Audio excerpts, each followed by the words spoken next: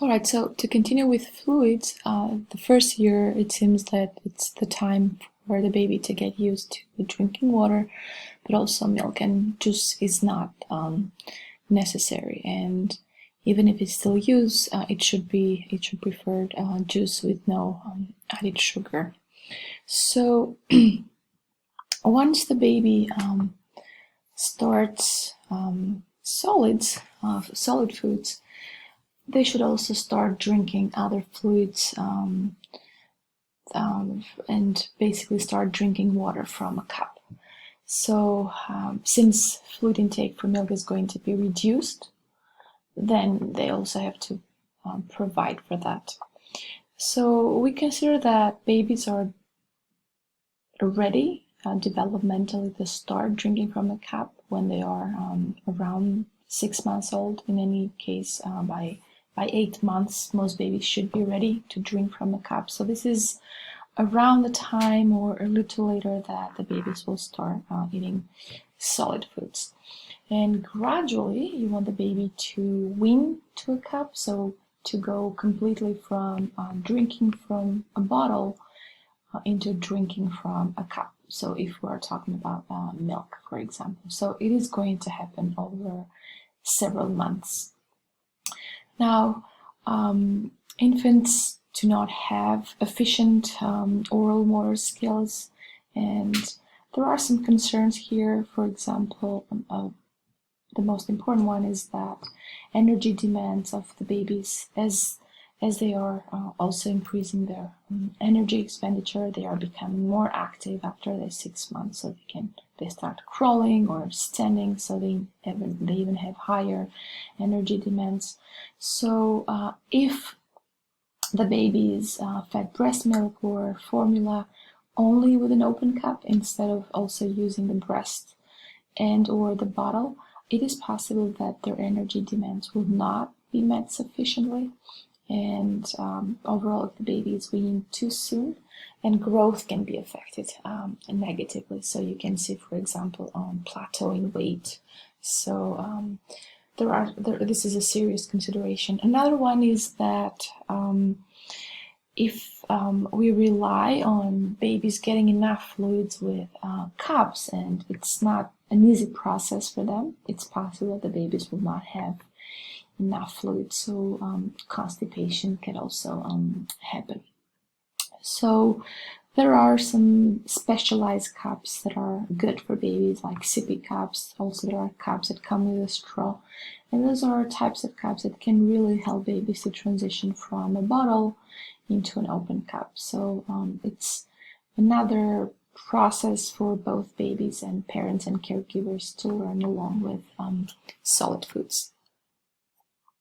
There are recommendations. There is adequate intake recommendation for babies. So up to 6 months, the water should be 700 milliliters per day. So that is based on the volume of water provided by breast milk, and this is what also the formula manufacturers would use.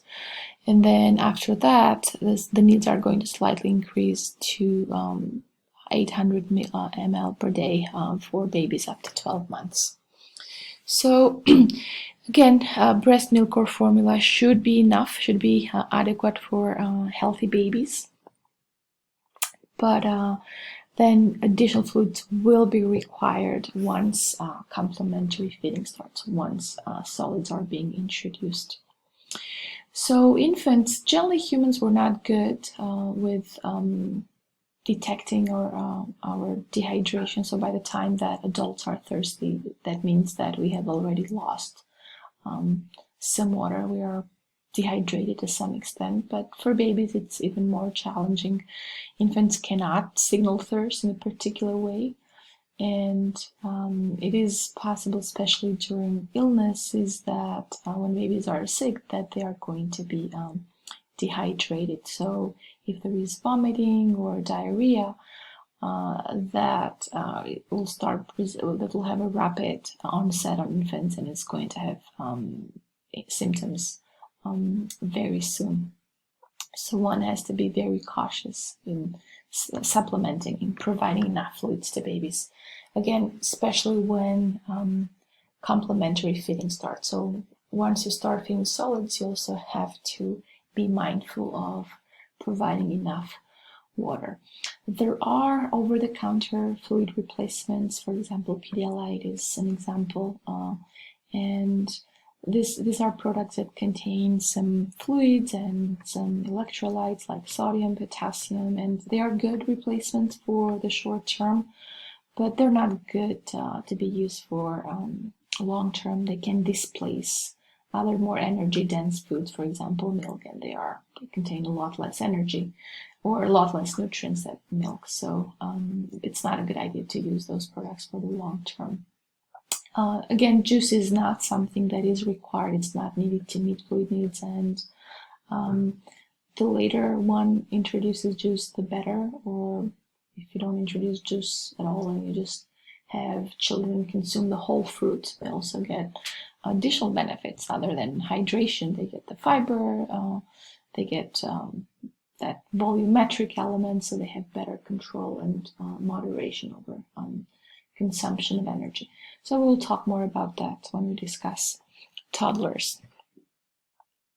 So so far we talked about what we consider now a common method in feeding. So we talked about spoon feeding, we talked about drinking from a cup or drinking from a bottle. So we'll talk a little bit about something which is considered a new method into how we start feeding babies with solids. It's not really a new method. It's what originally we would use in more traditional societies, and maybe still a lot of places they still follow the practice. So it's a centuries-old natural approach to basically allow babies to self-feed. So this is an approach, this is a method, it's called the baby-led weaning.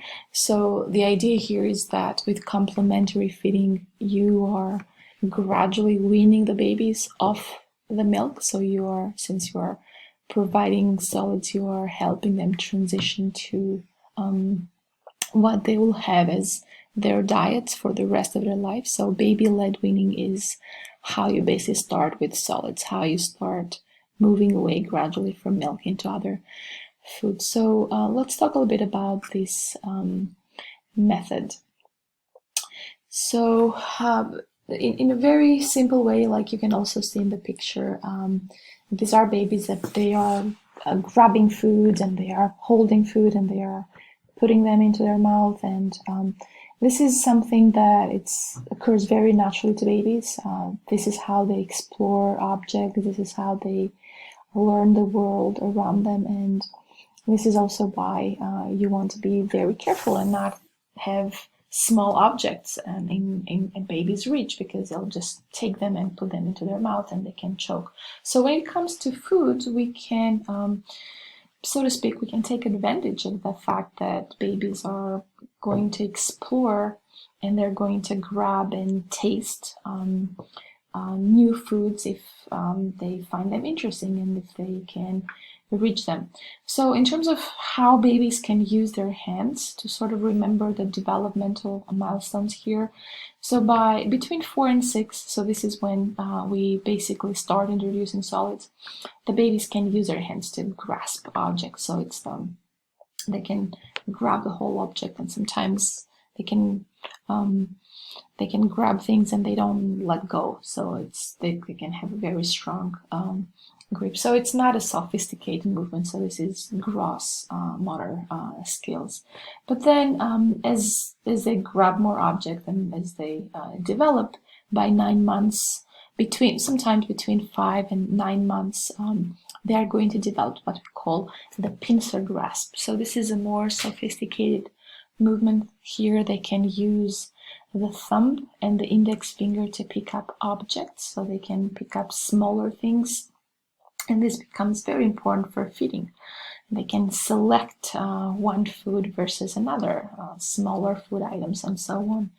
And Generally by 8 months, babies can self-feed because they can just use their fingers. They can also start grabbing things with 3 fingers eventually. So if we can use those natural tendencies of the babies to get objects with their fingers, get the food with their finger, also put it in their mouth, it's something that can actually help and make feeding successful. So the idea here is that babies will lead the way, and this is how we can forget about purees and changing the texture of the food. And you still have to go soft, basically, obviously, but you are not using spoons here. So and you wait until the baby herself can use the spoon to feed herself. So you skip the puree and you wait on spoons, and you just allow the infant to start eating with their hands. They can eat, the infants can eat when the rest of the family is eating. And here you have a wide range of foods that are suggested as first food. So it's a lot of foods, as long as they are helpful, as long as they are appropriate in texture. They have to be soft. Again, choking hazard exists. And also they need to be of appropriate shape and size, so you, again, for preventing choking.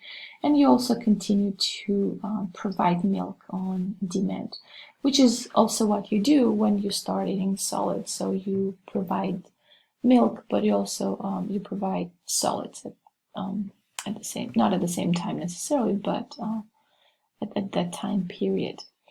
So there are some possible advantages with this method. So there are a lot of families, a lot of new moms that will prefer, instead of using what we consider now traditional method, the spoon feeding, using the baby-led weaning. So one of the benefits, one of the potential benefits, is that you basically allow the child to explore the food, the flavor, the texture, and then you give them the advantage of developing eye and hand coordination, and they developing their chewing skills and their dexterity. So you are offering them an opportunity for a process through which they can develop, and as they achieve all these different things, they have a better control of how much food they are consuming, because the parent is not the one feeding the children. So it's the child, it's the baby who makes a decision on the quantity. And it's the concept of self-regulation here at play, which is very similar to what we think that is at play with breastfed babies. So one can say that breastfed babies versus formula-fed babies can self-regulate better how much they are consuming. So could be sort of similar for babies who are leading themselves the weaning. Maybe they have better control of how much energy they are consuming versus babies that are fed with a spoon, babies that are basically being also trained to respond to the decisions of their parent or their caregiver into how and how much they are going to eat. So it's a major advantage, but it remains to be seen. We need to have some long-term studies for that. In terms of cost and in terms of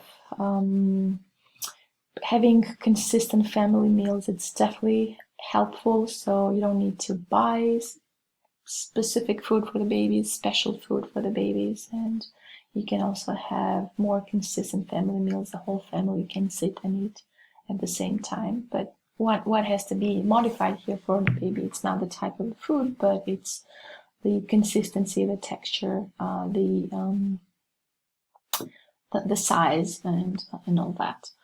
So how about disadvantages? There are also some disadvantages that we will discuss in the next module.